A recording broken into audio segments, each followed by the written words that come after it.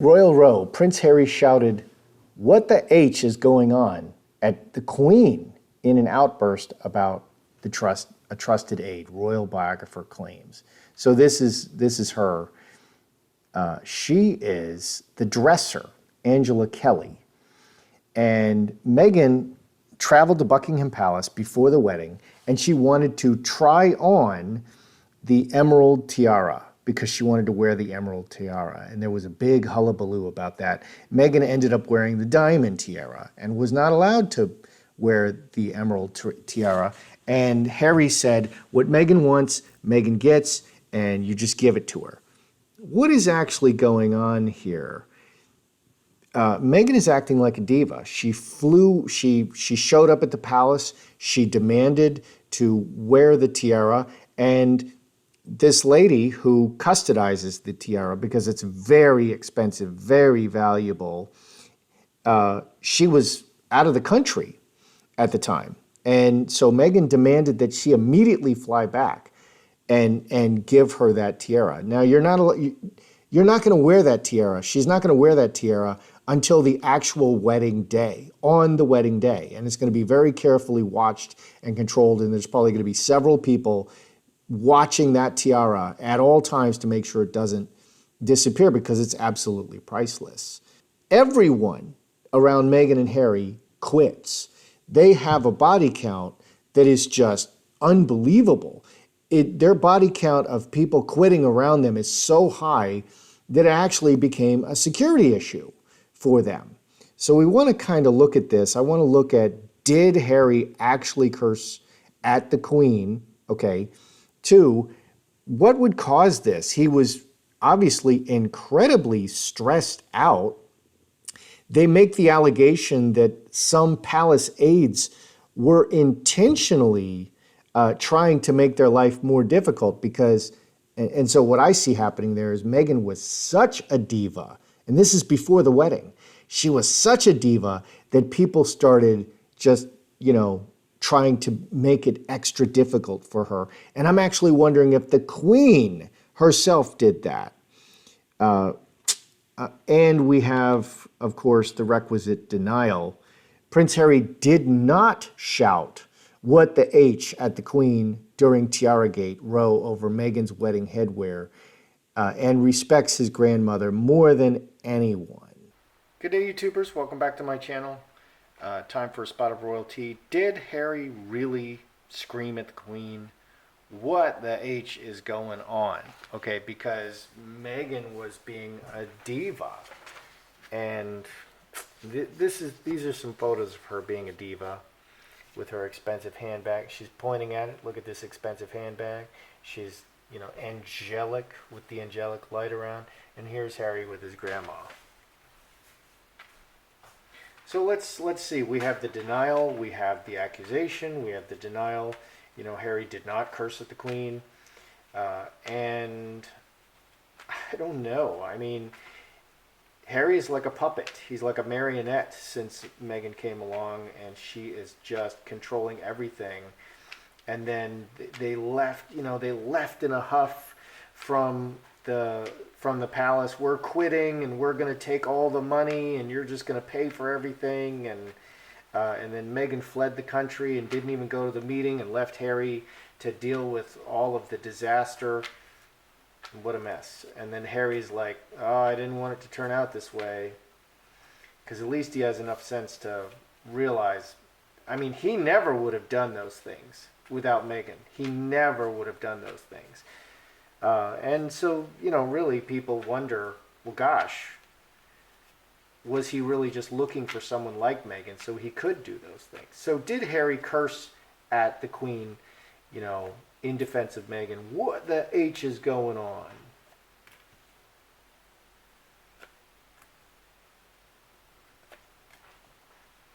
And it's interesting that Harry's getting the blame for it, because Meghan is the one being the diva.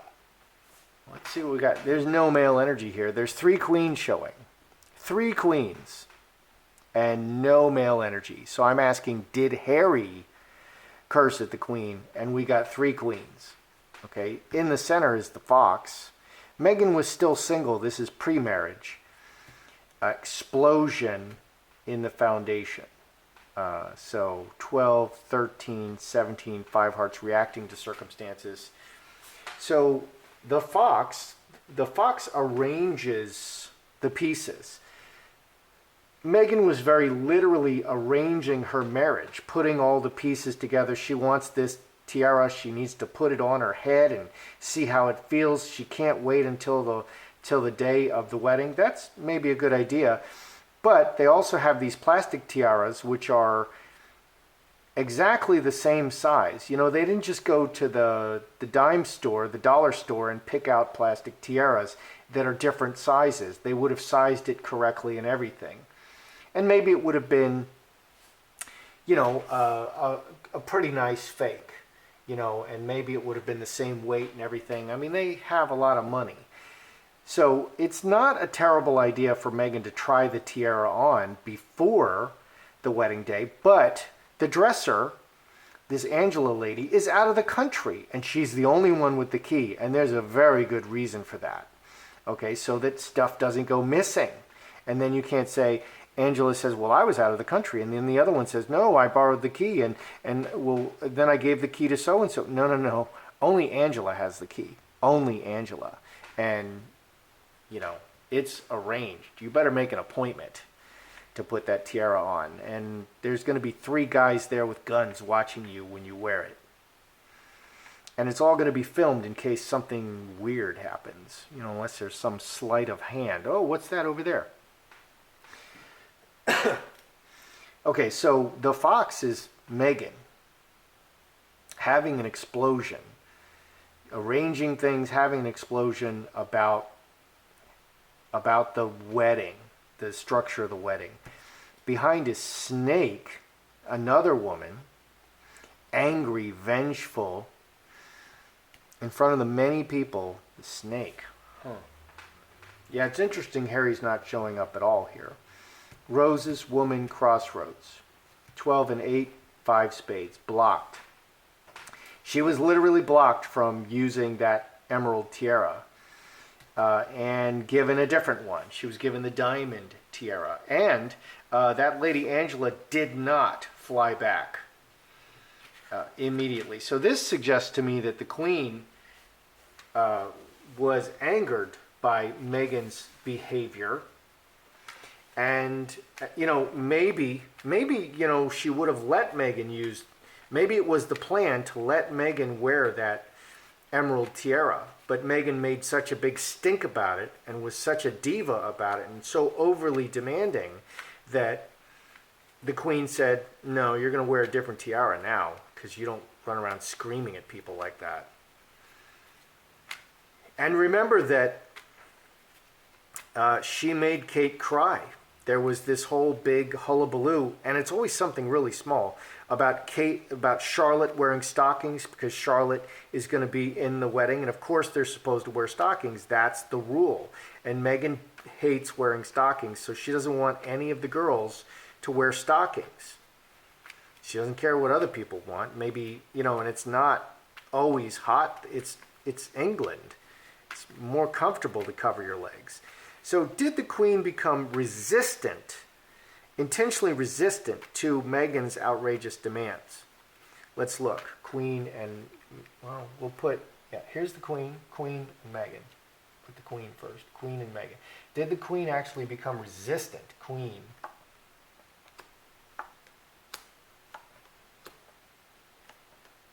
Meghan. Oh, devil. Oh my gosh. Well, that's interesting. Up here we have devil and lovers. The devil lover, the demon lover, or marrying a devil. And that's 13, 4 hearts. A devil being married and bringing a devil into the family. Wow. Yeah, bringing a very malicious, angry, selfish person into the family. That's interesting. What's going on with the Queen? She has the Magi card. The Queen often shows with king energy because she's the monarch. She rules, she leads, very male energy directed things. Karmic relationship, ruler of the family, leading the family. Let's add this up. 13 and 9, 22, 28, 7 spades. official, the royal family, official family, manifesting, behind the scenes, manifesting everything.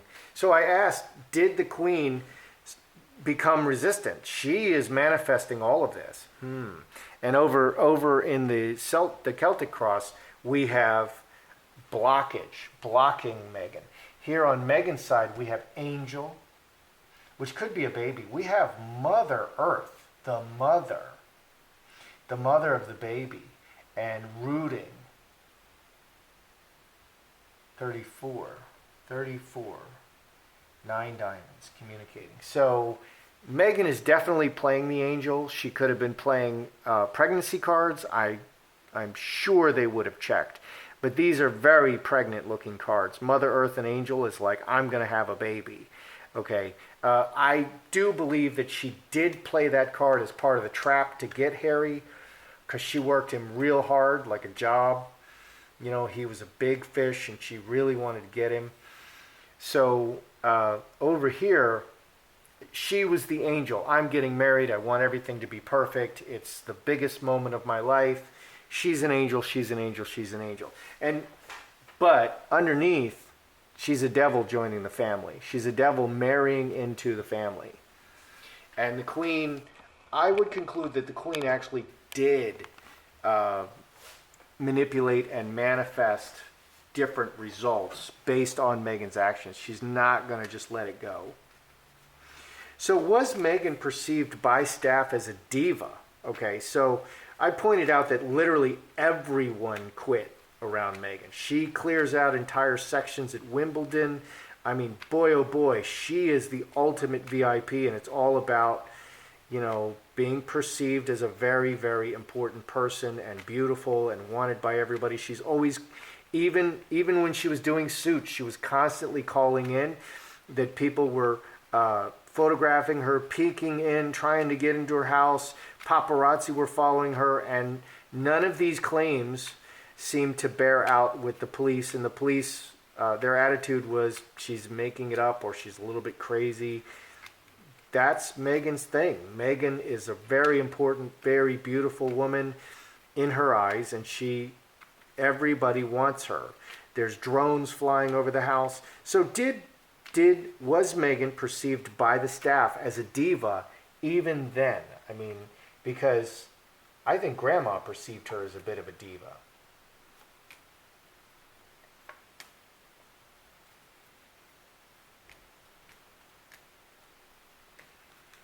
Oh boy. Okay, did the staff perceive her as a diva? Deeply rooted in the family.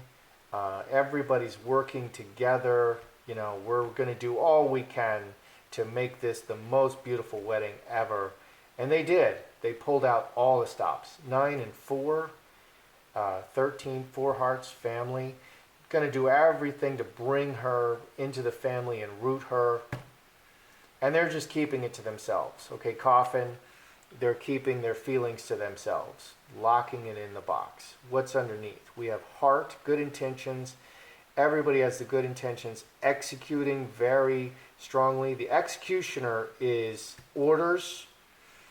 A judge executes, a police officer executes, a master criminal executes. They don't need a judge, a police officer, a criminal. They don't need to consult anybody. They just get it done. They do what they want and no one stops them. Home and incubus, succubus, bad relationships in the family. She was already creating very bad relationships in the family. Systematic. So King of Spades can also be Meghan. Meghan, they're really being so generous and kind and wonderful. And by her very bad behavior, she is creating bad relationships already, but everybody's just keeping their mouths shut. Okay, and she even made Kate cry over this thing. I think it was about stockings with Charlotte. And Charlotte is one of the flower girls, which is a great, wonderful honor. It's wonderful to have the little kids involved. It's great. And you want that. It's so cute. And sometimes they make these little frowny faces, and they're just kids. So it's just so much fun. They're really telling you what's going on. in their head at least. Okay, so yeah, this says to me that Meghan was systematic in her nastiness. She was like a dictator, like a Mussolini, do this, do that. What Meghan wants, Meghan gets, do this, do that. And it just really was making it just really unpleasant to be around her. So how stressed was Harry leading up to the marriage? Leading up to the wedding. Because he's acting like somebody who is so stressed out, that's uncharacteristic of Harry to go to the Queen and say, what the heck is going on? Okay, to yell at the Queen. That's Meghan just jabbing him and jabbing him and jabbing him, and he's so stressed out, he doesn't involve his brain or himself in the decisions at all. He's just a straight hand puppet. That is really Meghan.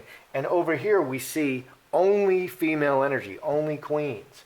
Okay, so that's literally straight Meghan pushing Harry to do something, and it didn't even process through his brain before he did it. It's just a knee-jerk reaction.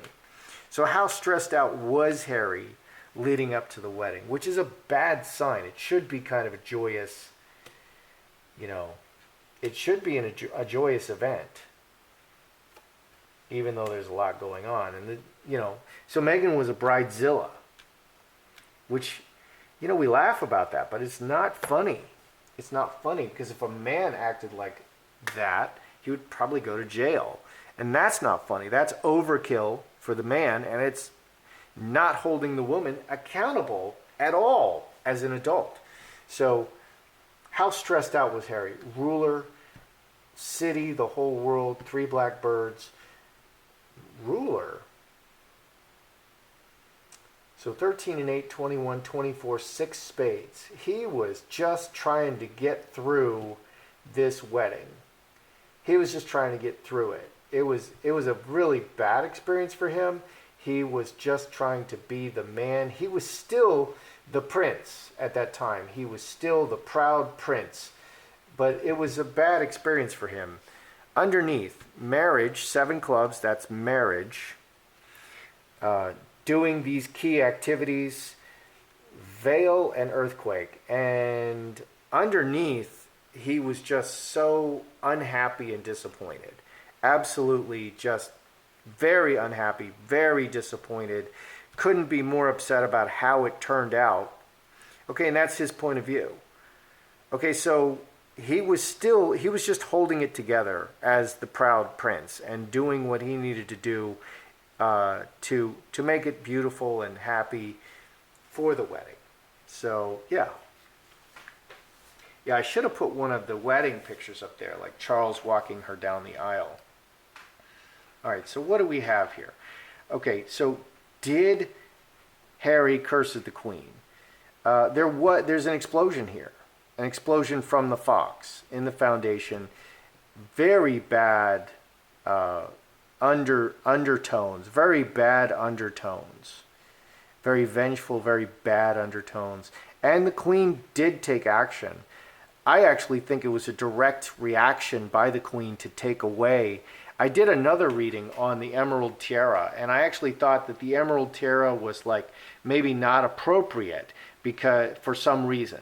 But in fact now, this leads me to believe that Meghan was just such a diva that the Queen is just like, nope, you're not going to wear the emerald tiara. If it's that big a deal, if you're going to go around screaming at people and send my own grandson to scream at me, you're not wearing that tiara. Okay, and that's what I think happened, and that's what the outcome says. The Queen just said, nope, you're not going to wear that tiara. Did the Queen become resistant to Meghan's outrageous demands? The Queen is in control of everything. The Magi is the most powerful car. She's in control of the royal family, and nothing is going to happen without her say so. Okay, so the fact that Meghan did not wear that emerald tiara and wore the diamond tiara, that was her decision. Okay, and she knows it. She's in complete control of everything. She is in the background controlling everything. And yeah, this is 7 spades, right? 22, 28. Yep. In the background, she's controlling everything. You may not see her hand. You're not going to hear it directly from her lips, but she's controlling everything. Meghan is just the angel. She wants everything perfect, but she's a devil joining the family. So already leading up to the wedding, she's not even married, and she's being perceived as a very malicious, angry, diva crazy person. Did the staff perceive Meghan? Yeah, they just really swallowed it. Okay, leading up to the wedding, they're like, well, it's a very stressful time. Hopefully she'll calm down. But it's very systematic. I mean, this is her way, and she really was just like a wrecking ball, wrecking all of those family relationships. And it's really turned out bad. They had to leave. They left the royal family. How stressed out was Harry? He was holding it together, but man, oh man, he was really stressed out. He's very disappointed and upset about, he would be very upset about screaming at the Queen, what a stupid idea, and a lot of the things going on, and just feeling manipulated and yelled at like everyone else. It's not pleasant having people yell at you. It's just not pleasant. And that kind of screaming stuff, it leads to other forms of violence, okay? It leads to actual physical violence. So that kind of thing, letting people scream at you and mistreat you, is very dangerous, in my opinion. That's how I see it. I'm Joseph Magi, author of Playing Card Divination, Fortune Telling, The Magi Method. Find the book worldwide on Amazon and Kindle and paperback versions. Find the full color card deck used here on Etsy/Magi Method. Many thanks to the generous folks who bought me a cup of tea. Please feel free to like, share, subscribe.